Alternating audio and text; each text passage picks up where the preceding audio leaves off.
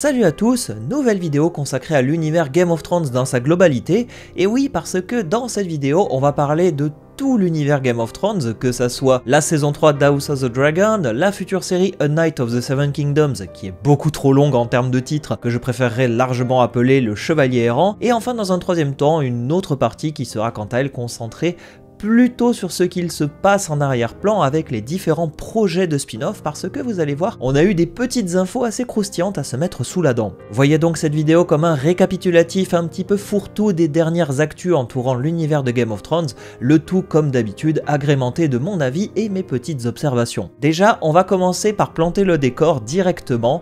On va parler de la saison 3 d'House of the Dragon et malheureusement je vais être obligé de spoiler ce qu'il se passe. Pour ceux qui veulent garder de la surprise, je vous invite à passer directement au chapitre suivant parce que malheureusement je vais être obligé de spoiler ce qu'il se passe dans la saison 3 et notamment un événement très particulier. Les dernières infos que j'avais partagées dans ma vidéo précédente font état d'un tournage qui devrait logiquement commencer autour du mois de mars 2025 pour aller visiblement vers octobre, novembre, allez on va dire décembre 2025 pour certains reshots et scènes qui vont être tournées en studio et non en extérieur. La patronne d'HBO pour le pôle drama qui s'appelle Francesca Orsi, qui s'était déjà moult fois exprimée sur l'univers de Game of Thrones et son exploitation, elle a donné quelques petites infos croustillantes concernant la saison 3 et notamment une que je vais vous citer puisqu'elle a dit tout simplement que la saison 3 va débuter par la bataille du gosier. Donc déjà dans ma dernière vidéo j'avais fait un petit peu une sorte de prédiction ou théorie ou ma version de la saison 3 et je voyais cette bataille en fin d'épisode 1 ou début d'épisode 2. Visiblement cela serait plutôt dès l'épisode 1, ce qui est pas plus mal, vu que la saison 2 semblait quand même teaser une bataille pour un hypothétique épisode 9 ou 10 à la rigueur. Donc au moins on sait une chose, cette bataille va figurer d'entrée dans la saison 3, ce qui nous permettra aussi d'avoir quelque chose de dynamique dès le départ. Et ce qui est marrant, c'est que la patronne du pôle drama d'HBO,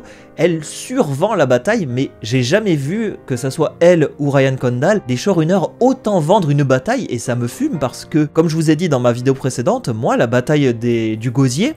c'est pas la bataille la plus iconique de la Danse des Dragons à mon sens. Certes, c'est une bataille très importante, déjà d'une part parce que c'est une bataille navale, mais d'autre part aussi parce qu'elle voit disparaître certains personnages et en plus elle met en scène beaucoup de dragons, ce qui pourrait être très intéressant du point de vue visuel, mais à mon sens c'est clairement pas la bataille qui me fait dire « ouais, ça dans la Danse des Dragons j'ai hâte ». Mais vu qu'il semble très impliqué à l'idée de mettre en scène cette bataille, ça sous-entend qu'on va avoir quelque chose à la hauteur des espérances, puisque mine de rien la bataille du gosier c'est quand même quelque chose d'assez marquant pour l'histoire de la Danse des Dragons et c'est à ce jour considéré comme l'une des batailles navales les plus importantes de l'univers Game of Thrones. Alors certes, de mon point de vue, c'est peut-être pas la bataille que je préfère, mais c'est pas pour autant non plus que je vais minimiser l'importance de cette bataille, au contraire, elle a son importance pour l'histoire et le scénario, et ça sera l'occasion de voir ce que la production peut nous réserver, d'autant que Francesca Orsi nous apporte aussi l'information comme quoi ils ont engagé un producteur du film Titanic qui s'appelle Kevin Delanoy, et vu qu'il a travaillé précédemment sur le film Titanic, qui est quand même à mon sens la référence en termes de film de naufrage, je vais pas dire de bataille navale parce que ça serait un petit peu bizarre de voir le Titanic se battre avec l'iceberg, mais dans la mise en scène, le fait de voir des bateaux couler ou de montrer comment les personnages essayent de survivre dans l'eau,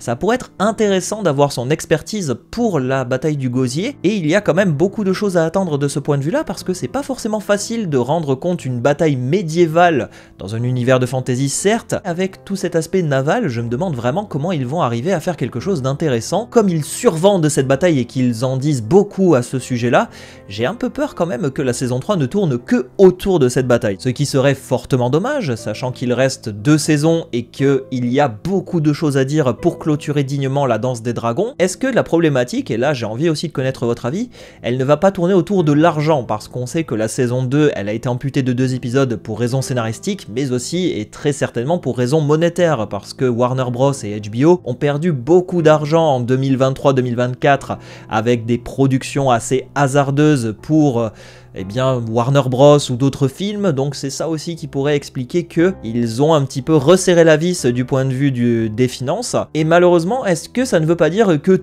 tout de l'argent va être mis pour cette bataille et au contraire derrière on va avoir que des scènes de discussion dans des couloirs? Mais en attendant, c'est très bien qu'ils nous fassent une bataille du gosier à la hauteur de toutes nos attentes. J'espère aussi que le reste de la série suivra, parce que si c'est pour avoir une grosse bataille qui marque et le reste qui est pas terrible, malheureusement on a un peu vécu ça dans la saison 2, même si de mon point de vue la saison 2 a quand même de grandes qualités. Dans un deuxième temps, la patronne de HBO Drama a aussi parlé de la série A Knight of the Seven Kingdoms qui doit théoriquement sortir en 2025. On ne sait pas encore quand est-ce qu'elle devrait sortir parce que J.R.R. Martin avait donné quelques informations lui aussi sur son post récemment et il disait que la série devrait logiquement sortir autour de l'automne 2025, ce qui nous laisse une période entre septembre et novembre on va dire, sachant que ça sera 6 épisodes, donc 6 épisodes au rythme d'un épisode par semaine, une diffusion hebdomadaire qui est la marque de fabrique à l'ancienne pour HBO et pour aussi capter l'attention des fans et les garder sur le long terme. Et d'ailleurs c'est assez amusant parce que Francesca Orsi, elle commence l'article directement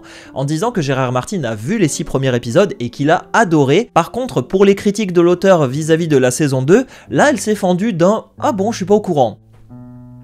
Franchement, Francesca, tu n'es pas au courant. Ça m'étonnerait vraiment que tu ne sois pas au courant. Ça m'énerve quand ils font ça. C'était la même chose que Casey Bloys, le patron, là, cette fois-ci d'HBO, qui avait dit que, oui, il y a un fan qui est déçu. Mais le fan, en fait, c'était juste une critique vis-à-vis de Martin qui n'a pas apprécié certains changements de la saison 2. Là, c'est assez bizarre puisqu'elle va mettre en avant le fait que l'auteur a adoré la série, que c'est génial. Mais derrière, on cache vite ce qu'il a dit par rapport à la saison 2, donc c'est quand même assez bizarre de faire ça. D'ailleurs, l'auteur, dans un post assez récemment, avait dit qu'il a visionné les 6 épisodes de la saison 1 et il était très enthousiaste de ce qu'il a vu, et notamment du casting et qu'il trouve incroyable, donc c'est déjà super parce que si la série a un super casting et que les personnages sont très bien retranscrits par rapport à la version écrite, malheureusement la série The Hedge Knight, elle n'a pas beaucoup de personnages forts, elle repose vraiment sur un duo de personnages, Duncan et Luff, et si ces deux acteurs ne font pas le taf, malheureusement le reste de la série ne devrait pas suivre, même si voilà, je vais quand même relativiser ce que je viens de dire, il y a d'autres personnages secondaires qui vont être très importants dans la série, mais en attendant, il y a quand même de quoi faire avec cette saison 1, et j'ose espérer qu'on aura quelque chose du même acabit que la saison 1 de Game of Thrones,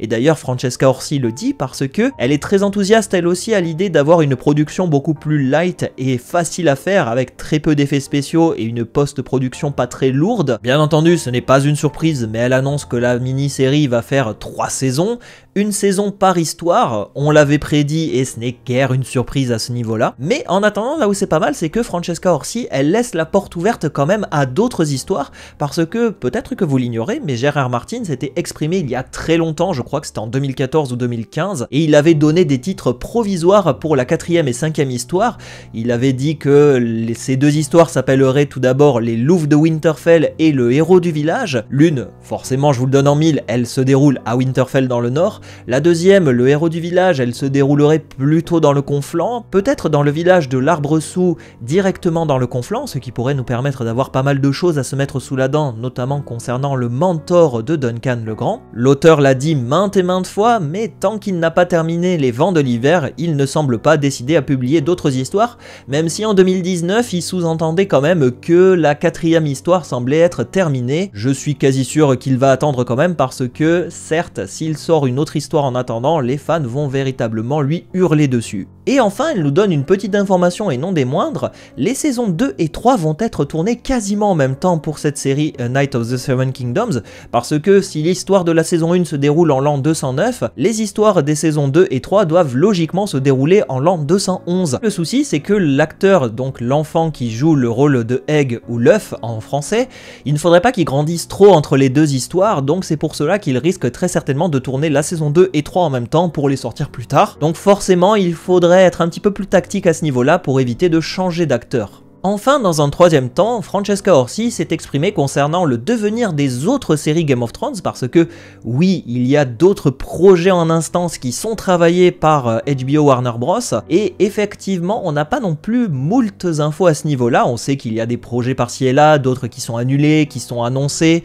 même si HBO n'a pas forcément officialisé grand-chose à ce niveau-là. Et là où c'est intéressant, c'est qu'elle nous dit quand même que dans tout ce méandre de séries, il y en a une qui se concentre sur la lignée des Targaryens. Alors, c'est pas forcément une surprise parce qu'on sait que il y a une série sur la conquête d'Aegon qui est en préparation. D'abord, c'était un film, puis une série avec un Aegon qui était à moitié bourré, puis au final, ça a été abandonné, puis là, ça revient sur le devant de la scène avec notamment le producteur et scénariste Mattson Tomlin qui est à la barre du scénario de cette série. Et là où ça peut être intéressant, c'est que elle dit qu'il y a un budget énorme qui est alloué à tous ces projets, donc forcément, on peut se prendre à rêver et se dire que pourquoi pas il il y a dans le lot une série sur Valyria, une série sur Nymeria, une série aussi sur la conquête d'Aegon qui nécessiterait un grand nombre de ressources financières. Forcément, si tu veux mettre en scène la conquête d'Aegon, il y a de quoi faire. Pour l'heure, on ne sait pas vraiment de quoi il en est, mais je vais vous rappeler très brièvement les différents projets. Il y a tout d'abord les séries animées dont on ne connaît pas forcément le sujet et que Gérard Martin a qualifié comme étant des séries d'anthologie, un peu à la manière de Love, Death and Robot chez Netflix. On sait que dans le lot, il y en a une qui se concentre sur le Golden Empire, donc l'empire doré de Yeti, et une autre sur Nine Voyages, les 9 voyages de Corlys Velaryon, sa jeunesse, qui à la base était une série live et qui est devenue une série animée pour des raisons financières, donc là aussi à voir. On a toute cette histoire autour du projet 10 000 navires, 10,000 ships, où ça serait une série qui se concentrerait sur l'histoire de Nymeria et les Rhoynar. C'était une série qui est teasée depuis un petit moment. D'abord, il y a eu une scénariste qui a ensuite abandonné le projet. Visiblement, il y a quelqu'un d'autre qui l'a repris récemment. Donc, une série qui me hype au plus haut point. Reste à voir comment tout cela va se mettre en place et si on va avoir plusieurs saisons ou pas, ou si ça sera une série animée. Il y a ensuite le projet sur la série d'Aegon Targaryen que j'ai cité juste avant. On a également eu, il n'y a pas très longtemps, une histoire concernant un potentiel projet de spin-off sur Braavos qui a été abandonné, et Gérard Martin a dit qu'il y aurait aussi possiblement un film derrière, donc il y a pas mal de choses qui pourraient être à ce niveau-là, notamment une éventuelle suite à Game of Thrones, parce que pour rappel, le projet de série sur Jon Snow après la saison 8 a été abandonné en 2024, même s'il y a un truc que je trouve très bien, c'est que HBO, contrairement à Disney avec Marvel et Star Wars, ils ne vont pas hâter beaucoup trop les choses et multiplier les projets dans tous les sens. Certes, avec tout ce que je viens de vous donner, on a l'impression qu'il y a des milliards de projets en travaux,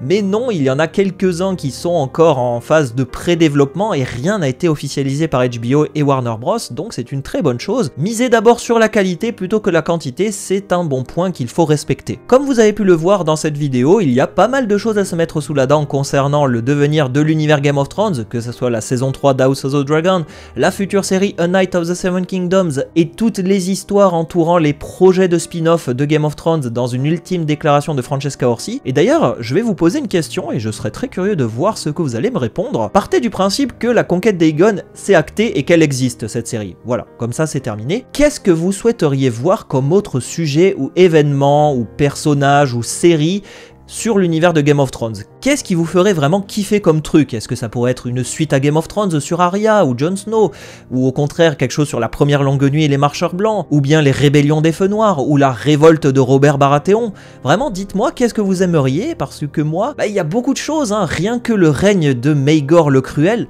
j'ai envie de dire, là tu peux faire un truc suffisamment large mais assez technique quand même pour faire quelque chose de très intéressant. Mais je suis totalement ouvert sur Nymeria et d'autres projets, donc dites-moi vraiment quel est le sujet que vous souhaiteriez voir le plus traité. C'est ainsi que se clôture cette vidéo news et que je vous donne rendez-vous la prochaine fois pour d'autres vidéos sur l'univers de Game of Thrones et je l'espère House of the Dragon. Salut à tous!